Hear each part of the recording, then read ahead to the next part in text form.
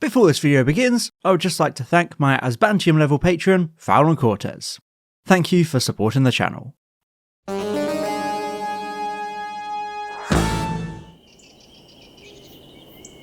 You find yourself sitting on the cold stone ground, desperately clinging to the faint warmth of the crackling fire as you guard your family within the earth's gaping wound behind you.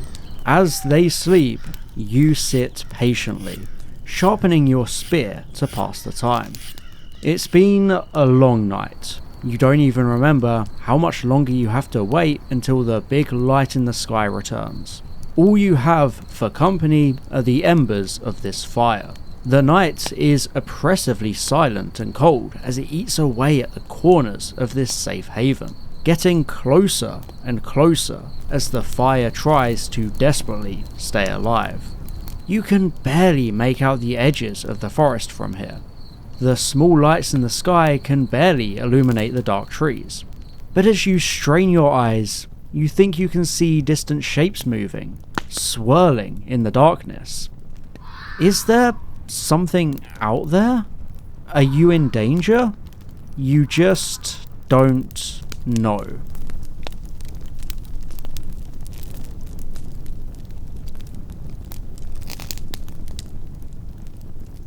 Agnostophobia, the fear of the unknown. One of the oldest, most hardwired fears across every human to ever live. It's evolutionary. Our ancient tribal ancestors guarded caves against the darkness, with no knowledge of what might lay waiting in the night. Strangers were met with mistrust until they earned that trust and a place within a tight-knit community. It's a fear that keeps us alive. And it's a fear that thrives through the lens of Doctor Who. Amongst the stories of alien invaders descending in spaceships, the show has found astronomical success in exploiting our natural fear of the unknown. It's full of exceptional sci-fi horror, both cosmic and existential, tapping into our most basic instincts and terrifying us in new ways we could never even imagine. Think of the Weeping Angels, creatures whose true form is unknown to us as they lurk in the shadows. They freeze into stone upon sight, forcing us to constantly perceive them, yet never understanding or actually knowing them. They thrive upon our fear of the unknown because they are just unknowable entities, striking fear into us through their mere presence, haunting spectres in the night. There's no reasoning with the angels, there's no bargaining or knowing their motives. They simply exist, and it's only natural for us to fear them deeply. Because the Weeping Angels are the epitome of the unknown, and they are a terrifying mystery. All it takes is for you to blink at the wrong time in the wrong place, and your entire life as you know it changes forever, and you never understand why. Shadows are also the pinnacle of our primal fear of the unknown. After all, anything could lurk within them, using the darkness as cover. That's why children fear monsters under the bed or creatures hiding in the wardrobe. It all comes back down to not being able to see what you need to defend yourself from. And once again, Doctor Who capitalises on this kind of fear. The Vashta Nerada are quite literally shadows that kill. Silence in the Library and Forest of the Dead introduce us to these swarms of tiny, ravenous creatures that live in shadow, devouring anyone or anything they cross paths with. The episode even implies that our very natural evolutionary fear of the dark is directly caused by Vashta Nerada. They exist everywhere, even on our own planet Earth, explaining missing persons cases and things just vanishing. Even though the story gives the Vashta Nerada a tangible, human form by possessing dead bodies, the actual terrifying threat is nothing more than the absence of light.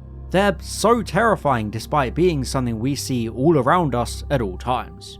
Again, it's the show capitalizing on our innate fear of the dark and weaponizing it against us by turning literal shadows into a Doctor Who monster.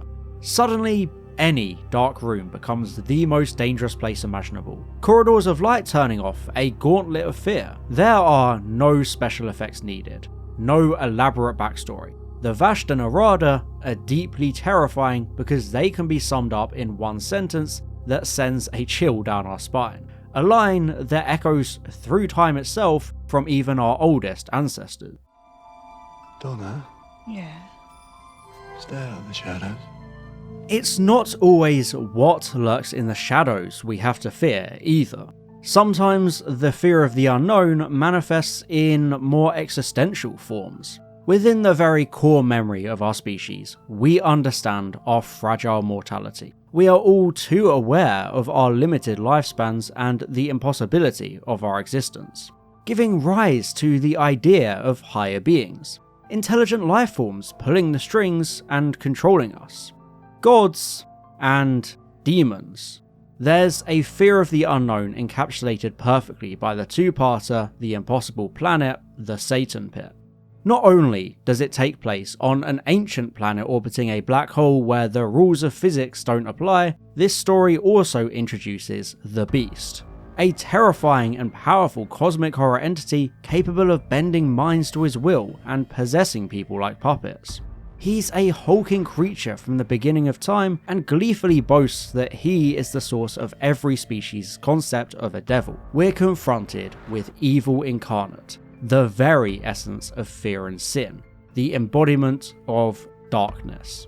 At its core, the Beast represents the fear of the unknown made manifest, especially with his unknowable origins, the claim of existing before the universe itself. It violates everything we, and the Doctor, thought possible. It breaks the rules, redefining what we thought we knew. Are his claims true? What even is he? How does he exist? We don't know. And at the end of the episode, even the Doctor admits he doesn't know either. This is a bastion of knowledge, a brain full of infinite equations and endless history. The Doctor knows everything, so for him to have no idea what the Beast is makes it the ultimate unknown.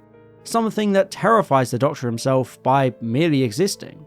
The story deliberately keeps the Beast's origins and identity ambiguous to emphasize the unknown terror of it. By refusing to give us answers, the sense of mystery consumes us because there is no sense of rationality. It doesn't make sense at all.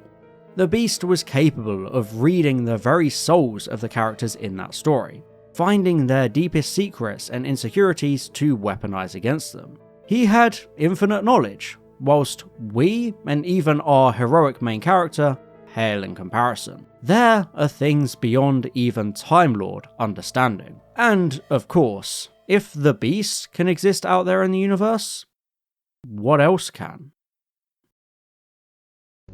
Picture a world beautiful but lifeless.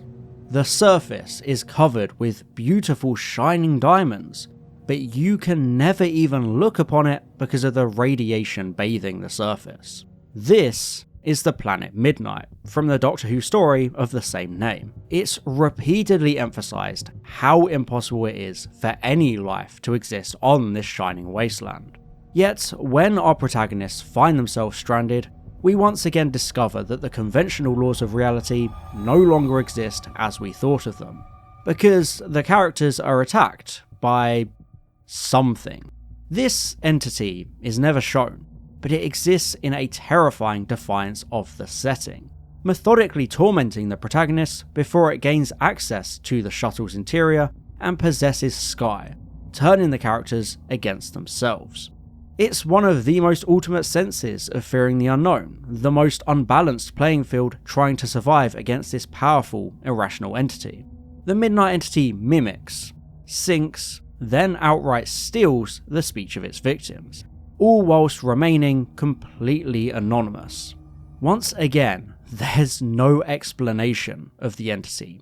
It breaks all conventions and rules of Doctor Who monsters. It's cosmic horror in its purest, scariest form, showing us how little we ultimately know about the universe in which we live. And the biggest sense of horror comes from how little the entity actually needs to do. Merely by existing and imitating, it turns the human characters against one another.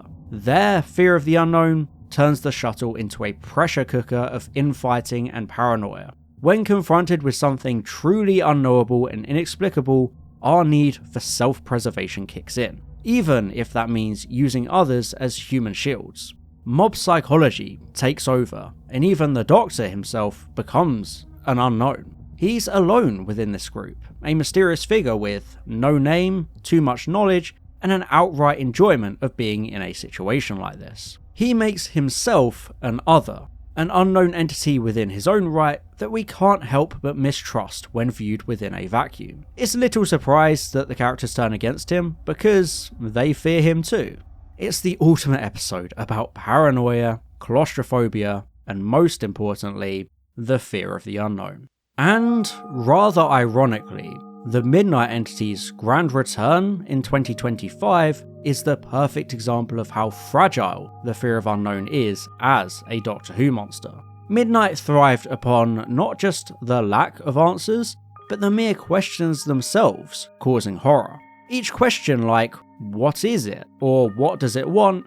Only increases the tension and fear of the episode. So much like with the Weeping Angels gaining more and more lore and rational explanations, the more we know about the Midnight Entity, the less we fear it. In Series 15's The Well, the protagonists are confronted with the returning entity in the planet's far future. Midnight is unrecognisable, now a grey and dead planet far from the glittering, forbidden beauty of its first appearance. And this serves to make the reveal a twist, but it ironically makes the episode less effective than it would have been if the villain was original and new. The Well is a good episode, but it wholly changes how the Midnight Entity operates, thus stripping it of a lot of the unknowable fear from the original. There's a slant towards action horror, with it flinging people across the room to kill them, rather than its pure psychological approach through possession and paranoia. We even catch brief glimpses of it, turning it into a tangible and more rational being, rather than the completely unknown, impossible entity it previously was. There are more rules, a bigger scale, and it becomes a traditional monster to defeat, which unravels that sense of pure mystery and that sense of the unknown, therefore reducing the fear. It's an important lesson to emphasise that less is more, something a lot of online horror stories don't understand. Things like creepypastas almost always fail due to over-explanations, and The Well treads dangerously close to that territory. Even if it doesn't necessarily provide us with any more answers, we still feel like we know too much. Midnight's genius stems from using our fear of the unknown to make humanity the surprise antagonist of the story. But The Well re-establishes Doctor Who's traditional hierarchy of hero versus monster, dampening the sense of existential dread and unknowable horror. Sometimes a threat doesn't need to exist at all to create a deep, piercing sense of terror. Listen is a masterclass in weaponizing the fear of the unknown, since it's a very deliberate exploration of the concept. The episode specifically sets out to answer the question of whether there is something hiding under the bed, but not in the way the Vashta Nerada do. Right from the beginning, Listen establishes the 12th Doctor as obsessed with the idea that we're never truly alone, the hypothesis that perfect stealth should theoretically be part of the evolutionary chain. And the horrifying prospect is, there's no way to prove or disprove that. This is the driving force of the episode. The Doctor trying desperately to validate his suspicions of never being alone. But at every step of the way, there's a potential rational explanation for the events. One of the scariest scenes of that episode comes at the orphanage, where someone, or something, hides under a blanket, striking terror into the Doctor, Clara, and Rupert. It's a scene with brilliant tension, but the horror stems from the simple possibility that it isn't human. It never reveals the truth, deliberately keeping things vague to terrify us with the mere concept of the unknown and unexplainable. The whole episode is incredibly conceptual, never slipping into the traditions of the Doctor defeating monsters. Its ultimate statement of intent is clear when they travel to the end of the universe, where Orson Pink is being terrorized by the sound of something knocking on his spaceship at night. Is this a creature like the Midnight Entity, surviving impossibly in the absence of anything, demanding to be let in? Or is it simply just mechanical noise, the equivalent of the house settling? We don't know, we never find out, but our fear of the unknown means we can't take the risk to try finding out. Opening the door for answers could result in death, so it isn't worth the risk, leaving us perpetually in darkness and, ironically, making us more scared because of the uncertainty. Whilst episodes like The Impossible Planet and Midnight validate our fear of the unknown by showing that there are monsters out there lurking at the edge of our existence, Listen removes even the certainty of anything being there at all. It's not just the fear of the unknown. The scariest thing is never actually getting the answers as to whether it was always just in our minds. Lastly, it's not just about monsters, or a lack thereof. Fearing the unknown also includes questioning our very reality itself. To once again reflect upon Silence in the Library and Forest of the Dead, what if our reality wasn't real? Much like the theoretical monster in Listen, simulation theory is an unprovable concept. Donna finds herself in a fictional world designed to store human consciousness, but the rules are ever so slightly off. There are time skips and locations changing mid-conversation. It's just enough to sow the seeds of doubt and instill a metaphysical fear within Donna. The horror comes from that doubt. Her very status as a being becomes unknown, rightfully scaring her as she becomes more aware of the glitches in her seemingly idyllic reality. And Extremis explores a similar existential fear of unreality. That episode centers around the idea of a malevolent alien race creating an incredibly detailed simulation of Earth to optimize the perfect invasion. Anyone who reads the Veritas document becomes aware of this truth, and they're driven to take their own lives out of horror and existential fear. Extremis literalizes the fear that the universe itself isn't how it appears.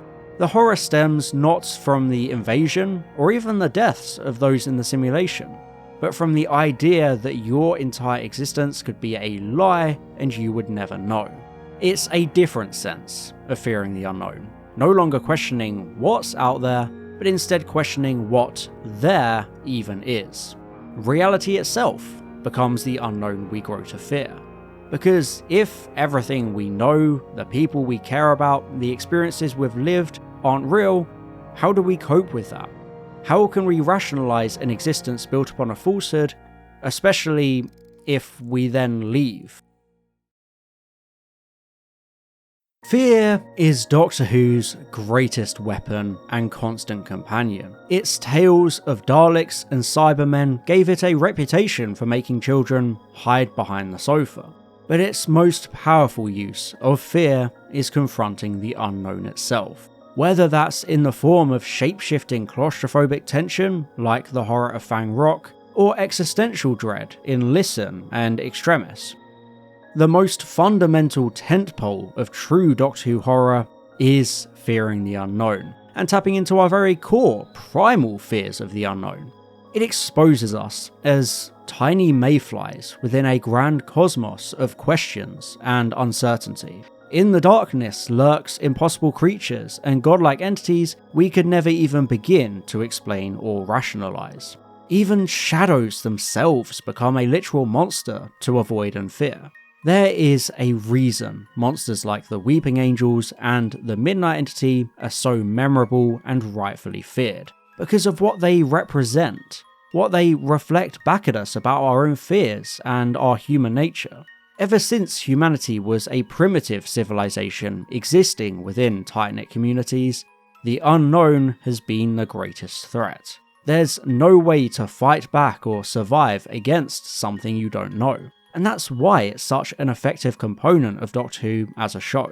It's a hard concept to succeed at, but when utilised properly, the unknown is Doctor Who's true greatest monster. And on that note, thank you very much for watching, I hope you enjoyed this video, and as always, I'll see you in the next one. Bye bye. And I'd just like to thank my Asbantium level patron, Fallon Cortez, my Diamond level patron, Valtor, my Platinum level patron, Matthew Burns, and all my Gold level patrons, Chris Douglas, Daniel Shillito, and James Aleula Waterhouse. Thank you for supporting the channel.